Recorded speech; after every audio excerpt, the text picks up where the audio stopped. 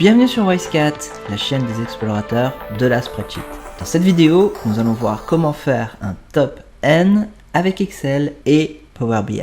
Comme vous êtes sur la chaîne de Spreadsheetman, on va voir différentes méthodes. Je vous propose qu'on commence par les méthodes les plus simples et qu'on progresse vers des méthodes plus avancées. C'est parti.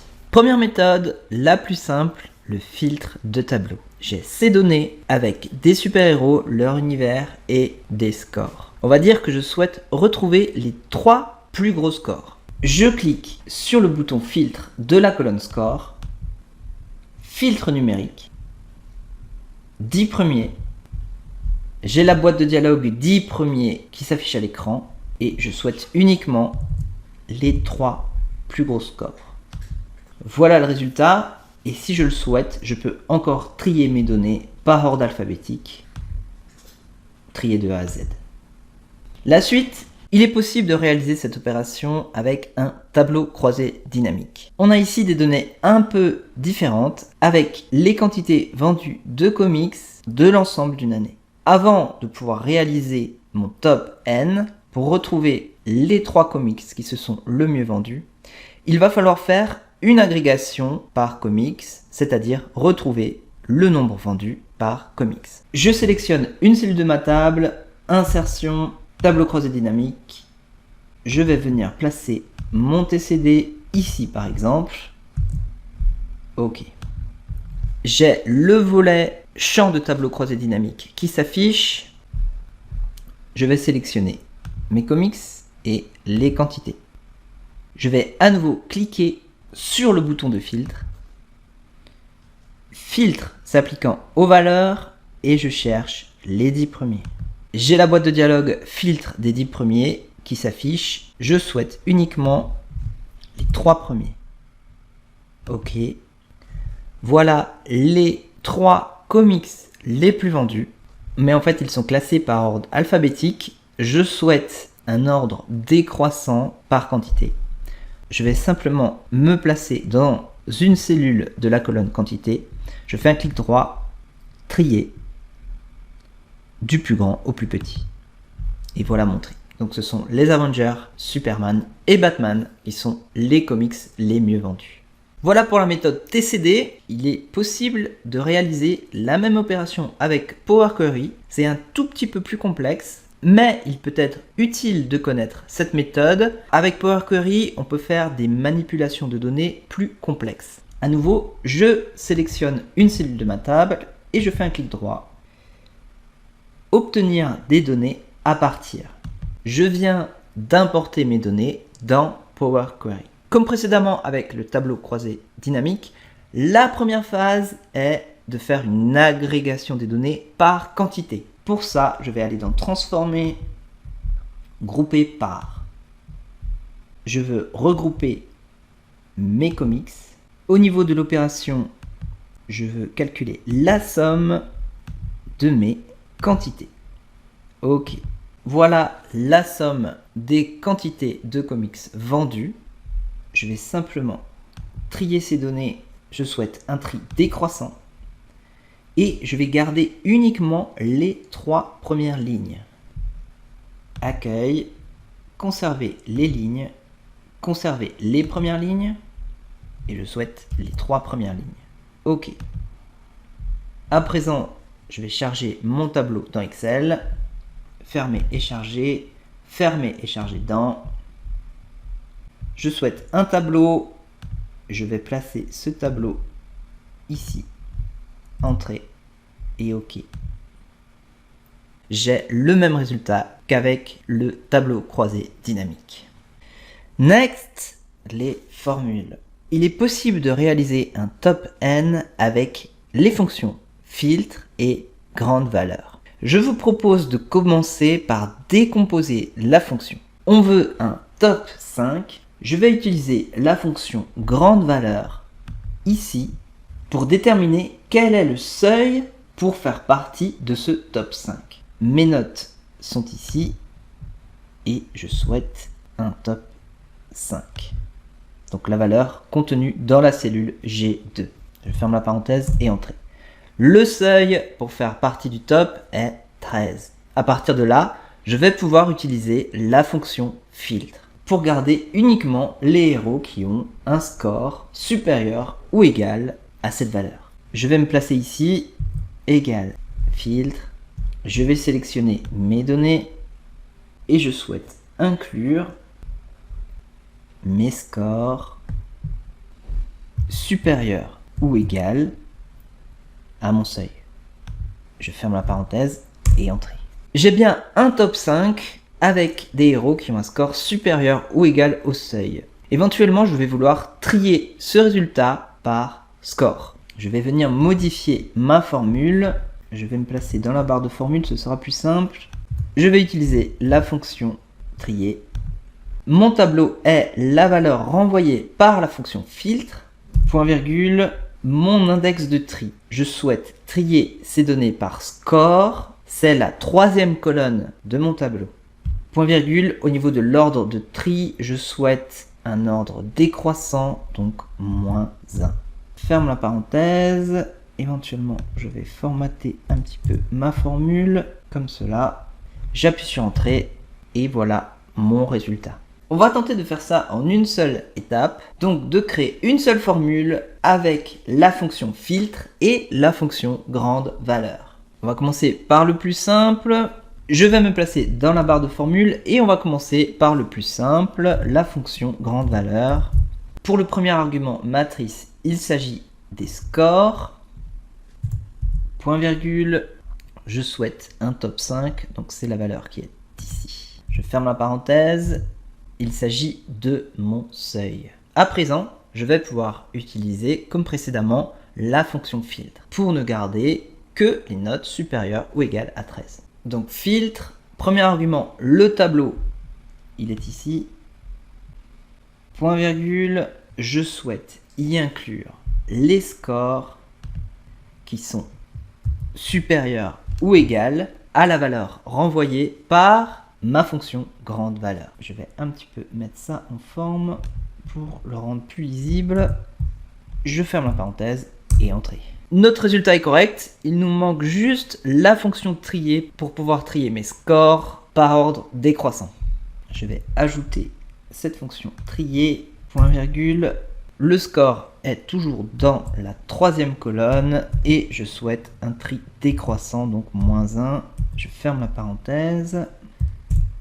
Voilà ma formule. On commence par calculer le seuil avec la fonction grande valeur. Une fois qu'on a ce seuil, on va filtrer notre tableau pour ne garder que les notes supérieures ou égales à la valeur renvoyée par la fonction grande valeur. Et enfin, on va créer un tri décroissant sur la colonne des scores. J'appuie sur Entrée et j'ai exactement le même résultat que précédemment. Et là, vous me dites, Boris, ta méthode, c'est trop compliqué. Si un utilisateur débutant veut recréer cette formule, il va devoir regarder des tutos. Eh bien, on va la simplifier pour lui, ou plutôt, on va créer une fonction top n grâce à la fonction lambda. La fonction lambda permet de créer nos propres fonctions. C'est parti, je vais commencer par paramétrer ma fonction lambda. Pour ça, je vais appeler la fonction lambda. On va avoir 3 paramètres. Premier paramètre, ça va être notre tableau de données. Je vais appeler ce paramètre par exemple data. Deuxième paramètre, le niveau de sélection. Est-ce qu'on veut un top 5, un top 10, un top 3? Je vais appeler ce paramètre top. Troisième paramètre, il va falloir indiquer sur quelle valeur s'effectue notre top n. Je vais appeler ce paramètre par exemple plage score. Point virgule. À partir de là, je vais écrire ma fonction. Donc comme précédemment, je vais utiliser la fonction trier, filtre. Mon tableau va être le paramètre data. Vous voyez qu'Excel le reconnaît. Point virgule. Je vais souhaiter y inclure le paramètre plage score qui est supérieur ou égal à la valeur renvoyée par la fonction grande valeur. Je vais définir mon seuil grâce au paramètre plage score et pour l'argument k, je vais utiliser le paramètre top. Donc j'aurai ma plage de score et mon top qui va varier, donc top 3, top 10, etc. Je ferme la parenthèse une fois, deux fois pour sortir de la fonction filtre. À présent, pour mon tri, je souhaite créer un tri sur la troisième colonne, donc les scores, et ce tri doit être décroissant. Je ferme la parenthèse une fois, deux fois. Je vais un petit peu mettre ça en place. J'ai ici mes trois paramètres. Ensuite, j'arrive sur la fonction trier, la fonction filtre, mon tableau, ce que je dois y inclure, c'est-à-dire ma plage score qui doit être supérieure ou égale à la valeur envoyée par la fonction grande valeur, et enfin mes arguments de tri. Ça va aller comme ça, j'appuie sur Entrée. Pour le moment, j'ai juste ma fonction lambda avec un message calque. Je vais donner un nom à ma fonction pour pouvoir l'utiliser dans Excel. Pour ça, je vais copier l'ensemble de ma fonction.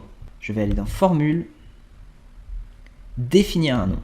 Je vais appeler cette fonction, alors j'aime bien laisser lambda pour savoir que c'est les fonctions que j'écris moi-même, et je vais l'appeler lambda top n.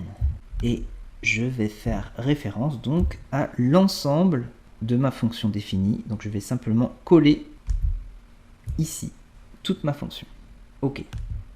On va voir si ça marche. Je vais me positionner ici, égale lambda top n. Elle apparaît. Premier argument, mes données. Donc c'est simplement mon tableau, point virgule. Deuxième argument, top. On va dire que je veux un top 5. Donc la valeur en G2, point virgule. Je vais indiquer ma plage des scores. Elle est ici. Donc j'ai simplement trois arguments, ma plage, mon top et la plage des scores. Je ferme la parenthèse, j'appuie sur Entrée et voilà le résultat.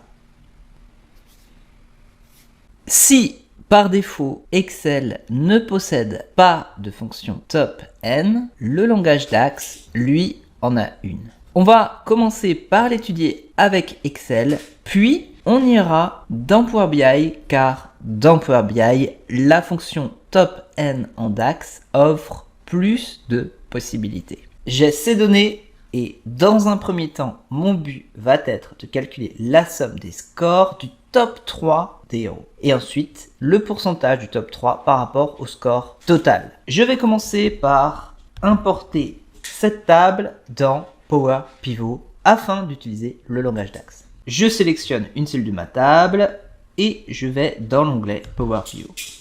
Ajouter au modèle de données.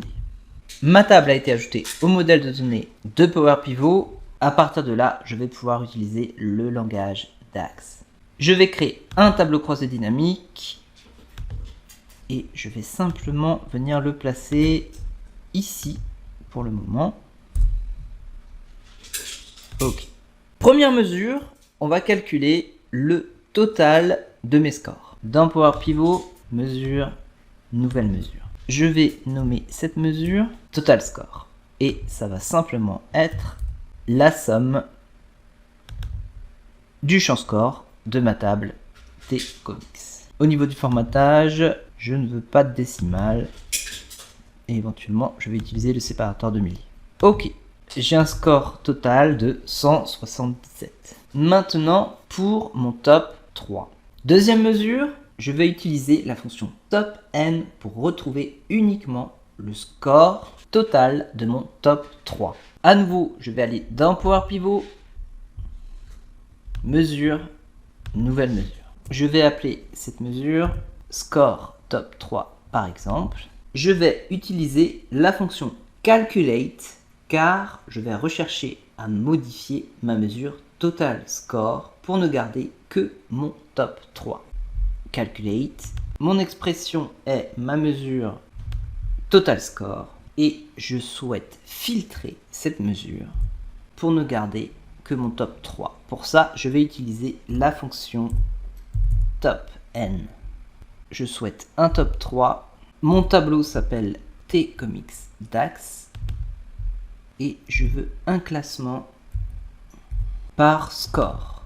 Donc le champ score dans la table T-Comics. Ferme la parenthèse, une fois, deux fois. Je vais un petit peu améliorer la mise en forme de ma fonction. Je vais la vérifier. A priori, il n'y a pas d'erreur. Je souhaite un nombre. Je vais laisser tomber les décimales et utiliser le séparateur de milliers. Ok. Mon score total pour mon top 3 serait de 47. On va vérifier ça. Je vais simplement trier mes données du plus grand au plus petit. 1, 2, 3. Cela fait bien 47. Deuxième question, le pourcentage du top 3 par rapport au score total. Je vais créer une nouvelle mesure. Dans Power Pivot, mesure, nouvelle mesure. Je vais appeler cette mesure pourcentage top 3 par exemple. Je vais utiliser la fonction divide. Mon numérateur est mon score top 3 et mon dénominateur est la mesure total score. Je ferme la parenthèse. Je veux un nombre, un pourcentage. Je vais laisser tomber les décimales et OK. Mon top 3 représente 27% du score total. Je vous propose qu'on continue l'étude de cette fonction top N avec Power BI Desktop. Me voilà dans Power BI Desktop et pour le moment, j'ai simplement importé la table précédente, la table T-Comics DAX avec mes héros, le score et l'univers. Je vais reproduire ce que nous avons fait précédemment. Je vais commencer par créer une nouvelle mesure que je vais appeler Total Score et ça va simplement être la somme de mes scores. Ok, je vais l'afficher sous forme de table et sans surprise, j'ai 171 comme précédemment avec Excel. Maintenant, pour mon top N, on va imaginer que je veux un top 3. Je vais à nouveau créer une nouvelle mesure. Je vais simplement l'appeler top parce qu'on va voir ensuite une possibilité qu'on a dans Power BI mais pas dans Excel. Je vais utiliser la fonction calculate pour venir modifier ma mesure total score et mon filtre. Comme précédemment, je vais utiliser la fonction top N. Je veux un top 3. Mon tableau s'appelle T-Comics DAX et je veux un tri sur le champ score de la table T-Comics. Je vais un petit peu mettre en forme cette formule. J'appuie sur Entrée et je vais venir placer mon top, donc pour le moment qui est un top 3. Donc mon top 3 est de 47. C'est exactement ce qu'on avait dans Excel. Maintenant, imaginons que je souhaite faire un top dynamique, c'est-à-dire qu'avec un segment, je vais vouloir sélectionner par exemple un top 3 ou un top 5 ou un top 10. Pour ça, je vais créer une nouvelle table où je vais venir saisir les éléments de mon top. Donc par exemple un 3 pour un top 3, un 5 pour un top 5 et pourquoi pas un top 10. Je vais appeler cette table T choix top par exemple et je vais appeler cette colonne choix top. Je vais charger cette nouvelle table. Je vais placer mon champ choix top dans mon rapport et je vais en faire un segment. Alors je vais pas vouloir ce segment là, je vais vouloir un segment, une liste verticale à l'ancienne. Voilà pour mon segment. À présent, pour rendre ce segment dynamique, je vais venir modifier ma mesure top, donc avec mon top N.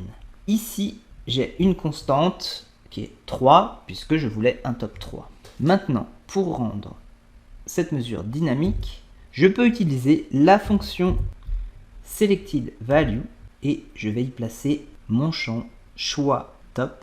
Je ferme la parenthèse. Ma fonction selectedValue va venir rechercher la valeur que je sélectionne dans mon segment. J'appuie sur Entrée.